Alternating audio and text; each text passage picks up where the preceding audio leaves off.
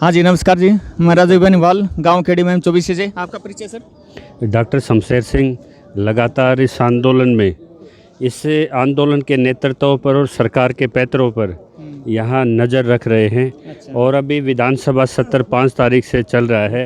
हरियाणा के 4 विधायकों को 8 जगह अडानी के सिलोज के नाम पे 987 एकड़ ज़मीन दी गई। अच्छा। और वो सीधे किसान से परचेज की गई।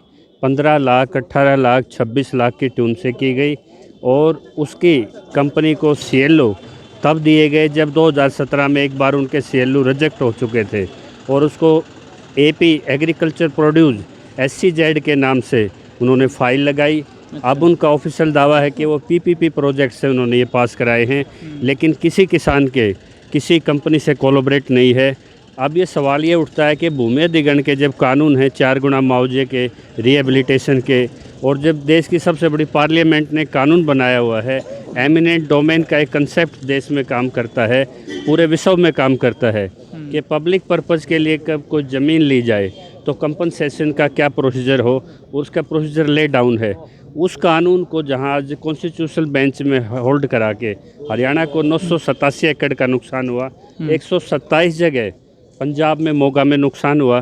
कितनी जगह किसानों की ज़मीन, बड़े लैंड पार्सल इकट्ठे कर लिए गए।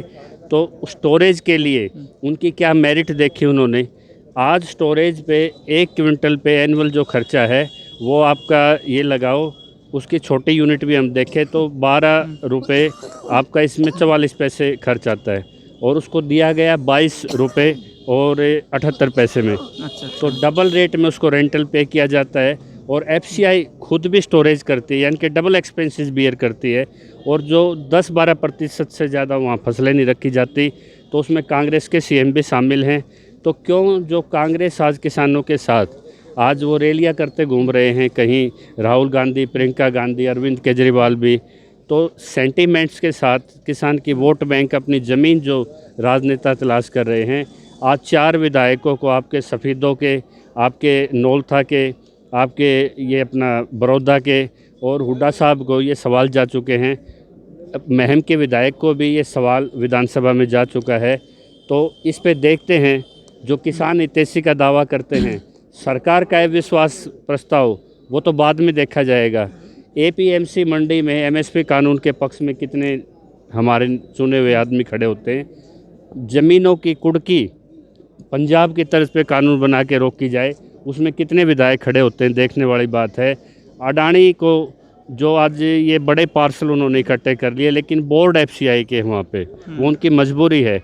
अगर उन्होंने बोर्ड अगर अडानी का लगा दिया तो ये चीज़ खुल जाएगी कि 3 कानून बनाने से पहले इतनी ज़मीन उनको दी गई। कोविड काल में जब सब कुछ रुका था, उनको एक कैबिनेट ने फैसला करके चुपचाप वो क्लियरेंस दे दी। तो आज ज्वाइंट कमेटी विधानसभा की, हर विधायक ये सवाल उठाए, वो रिकॉर्ड सारा मंगाया जाए। खट्टर इस पे श्वेत पत्र जारी करे, पीएम इस पे श्वेत पत्र जारी करे कि ये सीएलओ किस आधार पे हैं। और इसमें पीपीपी प्रोजेक्ट में आपने सीधा इतने बड़े लैंड को, जब मार्केट रेट वहाँ 1.5-2 करोड़ है, और आप सीधा किसान से परचेज करके, और जो किसान नहीं देना चाहते थे उस पर प्रशासनिक दबाव बना के, जिस तरह से टिकैत साहब को बोलना पड़ा कि जहाँ अडानी के बोर्ड हैं वहाँ खेती होगी, चाहे गौशाला बनानी पड़े। लेकिन किसानों से मेरी 2 रिक्वेस्ट हैं आपके चैनल से, कहीं कोई हिंसक काम ना करें। जब तक इसकी न्यायिक जांच नहीं होती, शांतिपूर्वक वहाँ धरने दे के बैठ जाएं। और जब तक आपके गांव में कोई भी मंदिर मस्जिद के नाम से चंदा लेने आए, उनको कहो मेरा खेत मेरा मंदिर है, मेरे तालाब, मेरे सरोवर, मेरा गाँव मेरे लिए पूजनीय है, मेरे गाँव का पानी मेरे लिए अमृत है। तो अपने वैदिक धर्म पे लौटें। इसके बारे में कुछ, ये फसल कर रहे हैं, बर्बाद कर रहे हैं, गंडा खींच कर ला रहे हैं और वो फसल जला रहे हैं, उसके बारे में कुछ कहना चाहोगे आप?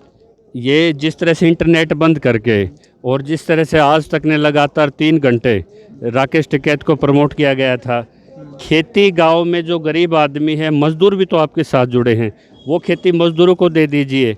यदि आपकी कोई उस पर कोई आपकी गोभी या कोई फसल सब्जी है, वो सीधे अपने आंदोलन में लेके आइए। फसल ख़राब करना कोई उचित नहीं है। उस फसल को एक बार सस्ती कटाई पे हम अपने मजदूरों को दे दें, या बाटे साझे जैसे जो उसमें दे दें, लेकिन फसल को इस तरह से बर्बाद सबसे बड़ी एक चीज़ आ रही है, सबसे बड़ी एक चीज़ कही जा रही है, जैसे कि किसानों को इसमें सिटी में लाया जाए, देश में लाया जाए और इसमें लाया जाए जिस तरह अपनी सिटी हो कोई भी हो शहर में लाया जाए और ये किसान ही आगे वो करें, उसके बारे में कुछ देखो, देश की आत्मा गांव की स्ट्रक्चर में, गांधी जी ने कहा था कि देश गांव में बसता, और चरण सिंह जी का नारा था, अगर भारत को समझना तो गांव को समझना पड़ेगा। एक नज़र खेत के डोले पर, एक पार्लियामेंट विधानसभा पे। ये गांव मुक्त देश बनाना चाहते हैं, WTO के प्रेशर में, अंतर्राष्ट्रीय ये श्रमिक बनाना चाहते हैं किसान को। मैं किसानों आपसे एक चीज़ कहता हूँ, खेती पे MSP नहीं, मैक्सिमम रेट मिलेगा, लेकिन वो जब मिलेगा जब ज़मीन आपसे हाथ से निकल के कॉरपोरेट के हाथ में चली जाएगी। सवाल ये उठता है, जो टोटे नफ़े में, जो हर हालात में बुज़ुर्गों ने ज़मीन नहीं बेची, खेती जारी रखी, स्वामित्व देश के किसान के पास होना चाहिए। जो बैल बन के देश के लिए कमाया है वो शेर बन के उस पर झपट्टा मार के उसको ख़त्म ना कर दे। सारे मिल के इकट्ठे इस आंदोलन को शांतिपूर्वक लड़ें। और जिस तरह से पंचायतें हो रही हैं, जहाँ जहाँ अडानी के प्रोजेक्ट्स हैं, 127 जगह के किसानों, संयुक्त मोर्चा से आश्वासन भी आया है कि इसकी न्यायिक जांच के लिए एक राष्ट्रीय मुद्दा बनेगा। तो विधानसभा में जो किसान हितैषी वो बोलें, सड़क पे जो किसान फसल कटाई करने जाए, अभी सरसों की कटाई वाले जाएंगे तो गेहूँ वाले टिक जाएं, और जब गेहूँ वाले आए तो सरसों वाले उनकी जगह आ जाएं। तो हमारे 5-4 जिलों में इस तरह की व्यवस्था है, लेकिन ना किसी इसको अपने धरने स्थल को खाली छोड़ें। और शर्म आती है उस राजनीति को जो बार बार बैकडोर घुसने की कोशिश करती है।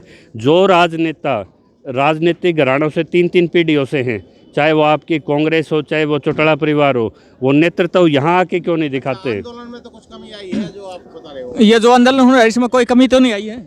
आंदोलन जितनी चोटें लगाओगे उतना मजबूत होगा, क्योंकि आंदोलन को भगवान गाइड कर रहा है। दिल्ली जा रहे थे, दिल्ली के बाहर रुक गए, ये भगवान की ताकत थी। पंजाब हरियाणा 56 साल के बाद इकट्ठा एक बैठ के खाना खाता है, ये आंदोलन की ताकत है। मुख्यमंत्री और प्रधानमंत्री परजीवी जैसे इस तरह के शब्द बोलते हैं, नरजीवी परजीवी। हाँ, तो अब पता लग गया परजीवी सबसे बड़ा कॉरपोरेट है जो प्रधानमंत्री को आगे करके देश की मेहनत को खा रहा है, आज ज़मीनें खाने पे तैयार है। तो इससे आंदोलन और मजबूत होगा। लेकिन आंदोलन जितना शांतिपूर्वक रहेगा, ये हमारी ताकत है। कोई भी ऐसा कार्यक्रम ना लें जिससे देश के अन्य नागरिकों को दुख हो, क्योंकि और ये उन लोगों को भी एक मैसेज दर्शकों को समझना पड़ेगा जो उपभोक्ता शहर में रहता है, मजदूरी करता है, 10-20 हज़ार तक की कमाई पे टिका है, उनकी रसोई 3 गुना बढ़ने वाली है। एसेंशियल कॉमोडिटी एक्ट सबसे ज़्यादा BPL वर्ग को, SC, SC, BC वर्ग को मारेगा, क्योंकि खेत में किसान इतना तो पैदा कर लेगा कि चटनी रोटी से खा लेगा, लेकिन वो उत्पाद जो पैकेट में होके आपके रिटेल के माध्यम से आएंगे वो आपकी पहुंच से बाहर हो जाएगा। तो ये महंगाई की मार भी पड़ने वाली है।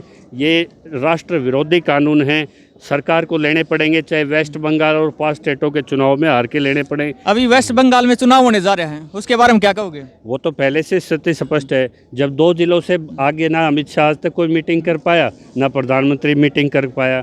ये कई जिले ऐसे हैं बंगाल के, या वहाँ कोई जनसभा भी नहीं कर सकते, वहाँ मुँह की खानी पड़ेगी इनको। पक्की करें JP दलाल जो JP दलाल अपनी स्वामी भक्ति दिखा रहे हैं। उसके लिए जो रजिस्ट्रियाँ जब बंद थी तो उनकी रजिस्ट्री उनके बेटे के नाम सिलोज की गई, कॉरपोरेट को खुश करने के लिए और आंदोलन को किसी एक जाति की वक्तव्य प्रतिक्रियाओं में फोकस करने के लिए उनकी एक कोशिश थी, लेकिन जो खुद ख़त्म हो जाता है। अच्छा, क्योंकि ये एक नेता का और जनप्रतिनिधि की भाषा अशोभनीय है। जब किसी के परिवार से गुजरता है उसको खुद पता लगता है। भगवान ना करे ये घटना उसके घर हो जाए, तब पता लगेगा उसको कमाने वाला कैसे जाता है। यूपी में जो ये संजीव वालिया थे, इनका जो इसकी पृष्ठभूमि आप देखो, एग्रीकल्चर यूनिवर्सिटी से इन्होंने PG करी थी। हिसार के थानों में आज भी दंगे कराने की FIR बाल्यान पे हैं। रोहतक में उनकी शादी हुई है। कल एक बुजुर्ग ने जब ये कह दिया रे बैठ जा तू गुलाम है, गुलाम ही रहेगा, तो उन्होंने कहा कि मुझे जो मेरा विरोध हुआ वो मस्जिद से ऑपरेट था, अब वो इसको हिंदू मुस्लिम में कन्वर्ट करने जा रहे हैं। तो जो जिस तरह की मानसिकता के आदमी आज BJP में नेता हैं, परवेश वर्मा यहाँ पे, और जैसे साहब सिंह वर्मा के भाई यहाँ पे पथराव करने के लिए दिल्ली वालों को उकसाते हैं, तो किस तरह के नेता हैं ये? आंदोलन जोड़ता है, आंदोलन जोड़ता है और राजनीति तोड़ती है। हमें जुड़ना है, टूटना नहीं है। भाई आप बिल्कुल नाम लेंगे, बिल्कुल आगाज कर रहे हैं आप। ऐसा है, महावीर सिंह ने ये सबसे बड़ा तो वो है या तो जो आज भगत सिंह के और राजगुरु के जो वंशज, सबसे बड़ा आंदोलन अजीत सिंह ने लड़ा था 1906 में, आज उनके वंशज या तो वो देश का डीएनए नहीं है, या जो कॉरपोरेट के इशारे पे जो भारत माता को भूल गए, जो संघ का एजेंडा आज भारत माता था, आज उस भारत माता को नोच के कॉरपोरेट खा रहा है और आप चुप बैठे हैं। तो ये एक आज उस अदालत की उस टिप्पणी को भी जाइए जो राजद्रोह पे हुई है। उन्होंने कहा कि असहमति मेरा अधिकार है। जब एक जज ने कहा कि उस दिव्या जो लड़की थी, उस लड़की को जब उन्होंने ये कहा है, एनवायरनमेंट जो एक्टिविस्ट थी, कि आप मेरे सवालों को जवाब दीजिए, मैं तब फैसला लिखूंगी जब आप जवाब देंगे, तो उस लड़की का बड़ा बोल्ड जवाब था कि मेरी आत्मा गलत को गलत कहती है, मैं सवाल उठाती हूँ, मैं भी, मेरी आत्मा तभी अलाउ करती है, तभी बोलती हूँ। तो उन्होंने राजद्रोह को एक हथियार घोषित किया गया है। गोली से, बंदूक से, मुकदमों से आंदोलन बड़ा होता है, ख़त्म नहीं होता, क्योंकि एक वैचारिक क्रांति है। ये पेट की लड़ाई है। आप पेट काट रहे हो यहाँ पे, आप 52 करोड़ मजदूर किसानों का पेट काटने पे आगे, आप 45 करोड़ उन गरीबों का पेट काटने पे आगे जिनकी भूख रोटी आप तिजोरी में कर रहे हो। यही हाल हुआ तो कुत्ते बिल्ली ने भी कहीं रोटी नसीब नहीं होगी।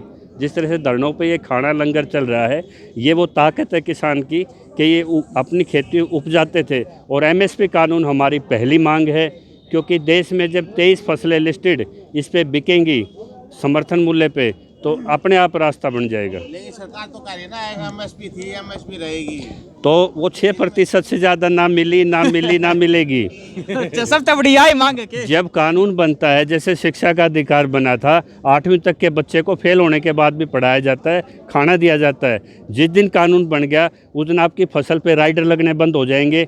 8 मन लेके आइए, इस दिन लेके आइए, ये सारी कंडीशन हट जाएगी। पूरी फसल खरीदना सरकार की बाध्यता हो जाएगी। और हम तब पूछेंगे, आओ कितने प्राइवेट प्लेयर हैं जो मार्केट में आना चाहते हैं, लेकिन उनको कानून की परिधि में आप लेके आइए। वैसे एक ऑप्शन तो आपको अच्छा मिल रहा है ना, मंडी एक और मिल रही है। मंडी बताई जा रही है, जैसे किसानों की मंडी से हम कहाँ भाग रहे हैं, लेकिन पहले आप एमएसपी कानून बनाइए। और 15 प्रावधान जो आप ये मान चुके हैं कि 15 एक्टों में कमियां हैं, आप पहले उन एक्टों को सुधार कीजिए। हम आपकी भी इज्जत रख देंगे प्रधान जी, जिल्द आपका ऊपर बना रहेगा, हम अंदर सारे कानून किसान के लिखवा देंगे।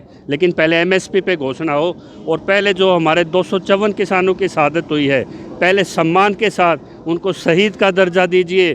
पुलवामा में जो दोबारा आपने छद्म राष्ट्रवाद खेला था, उन हमारे सैनिकों को आप सैल्यूट कीजिए, अपनी गलती मानिए उनके सामने, और वो उनकी जांच रिपोर्ट सार्वजनिक कीजिए।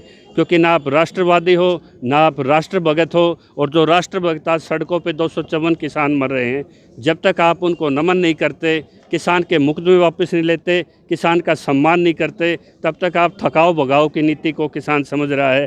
तब तक ये मुकाबला आपने खुद तय किया है। एक छोटे से एसएचओ का आपने यहाँ बोर्ड लगवा दिया, पार्लियामेंट में कहते हो आंदोलन पवित्र है, सड़कों पे कील गाड़ते हो, स्लैब खड़े करते हो, अरे रास्ते आप रोकते हो, किसानों को कहते हो कि आपने रास्ते रोके हुए हैं। अपनी कथनी करने के फ़र्क को समझिए। आप अब इस बुलावे में कि 30 सांसदों को एक तरफ रख दूं, पंजाब हरियाणा को एक तरफ छोड़ दूं, लेकिन आप कैसे बचा पाओगे वेस्ट बंगाल को? आप राजस्थान और जो बाकी प्रदेश है, क्या वहाँ खेती नहीं होती क्या? आपके एडवाइज़र बहुत गलत हैं। और आप चाय बनाने वाले भी नहीं हैं। चाय बनाने वाले की भी दूध वाले से दोस्ती होती है, ना तो ये दूध जो उत्पादक इनसे आपकी दोस्ती, और ना इस देश के पानी को आप समझ पा रहे। जो ट्रिब्यूनल बनाना था अपने पंजाब हरियाणा के पानी का, वो चेयरमैन की सीट आप ही ने खाली रख रखी है, और भाइयों को बांटने के लिए आपने एजेंडा चला दिया था। तो आपकी हर नीति को किसान समझता है। राजनीति छोड़िए, अहंकार को छोड़िए, ऋषि मुनियों का देश है। अब भी आ जाइए अपनी जगह पे। एक और चीज़ मैं सवाल करूंगा, जैसे कि ये बता जा रहे हैं, जैसे कि राज्य टिकट दे के भाषण दे रहे थे 3-4 दिन पहले, और वह परिया के थे, कहीं ऐसा तो नहीं ऋषि मित्र पर अपनी तपस्या कर रहे हैं, उन्हें भंग करने की कोशिश करी जा रही है, कोई ऐसा तो नहीं है कुछ? ये चीज़ें आती रहती हैं, नेताओं के सामने दिक्कतें आती हैं। अजीत सिंह 6-6 महीने घर से बाहर रहते थे, उनकी संपत्ति सारी अर्जित कर ली थी। उन्होंने और जातियों को अपने वहाँ खेती कराई, लेकिन किसान के कब्जे में ज़मीन नहीं जाने दी। खेती, ये देश की खेत यहाँ के मजदूर किसान का है, कॉरपोरेट का नहीं है। बड़ा ये सवाल है, और इसको हम शांतिपूर्वक, हम कोई उग्र या मिलिटेंट कार्यक्रम इसलिए नहीं ले रहे किसान नेता, क्योंकि ये देश हमारा है, ये सड़कें हमारी हैं। और जो मुर्दाघर प्रकरण है वो भी आपने देख लिया। आप कितने जितने सवांग रचोगे, अब किसान जो भी इस तरह के इनके प्रयास देखें, उन पे हंसने के अलावा और कुछ नहीं बचता। जो इनकी मूर्खता है वो हंसने के अलावा इससे ज़्यादा कुछ नहीं है। तो ठाके लगाया कीजिए। जब प्रधानमंत्री जी नए नए जुमले छोड़ें, ताली थाली बजा लो भाई, 2 लीटर भी कम करा दो तुम पेट्रोल डीजल का रेट। वे ताली थाली बजाओ थे, बजा के देख लो। अरे जो भाजपा के कार्यकर्ता हैं संघ के, वो भी सोचो, रोटी की जगह क्या खाया करोगे? सोने की थाली कर लो, पेट तो अनाज से ही भरेगा। और देश की भूख जब कॉरपोरेट की आ गई ना, तो कॉरपोरेट मल्टीनेशनल होता है, बहुराष्ट्रीय होता है, ना वो देश का होता व्यापारी भिखारी, ना किसी उसके एक जगह होती। तो आप देश की भूख को तिजोरी में रखना चाह रहे हो, देश की खाद्यान्न सुरक्षा को दांव पे लगा रहे हो, देश के सैनिक के जज्बात के साथ खेल रहे हो, तो ये देश के स्ट्रक्चर के खिलाफ है। मोदी जी जागो, नहीं तो आपको अयोग्य करके देश एक तरफ कर देगा। धन्यवाद बहुत बहुत। अब ये आइए, ये बोलना चाह रहे हैं हमारे पाजी।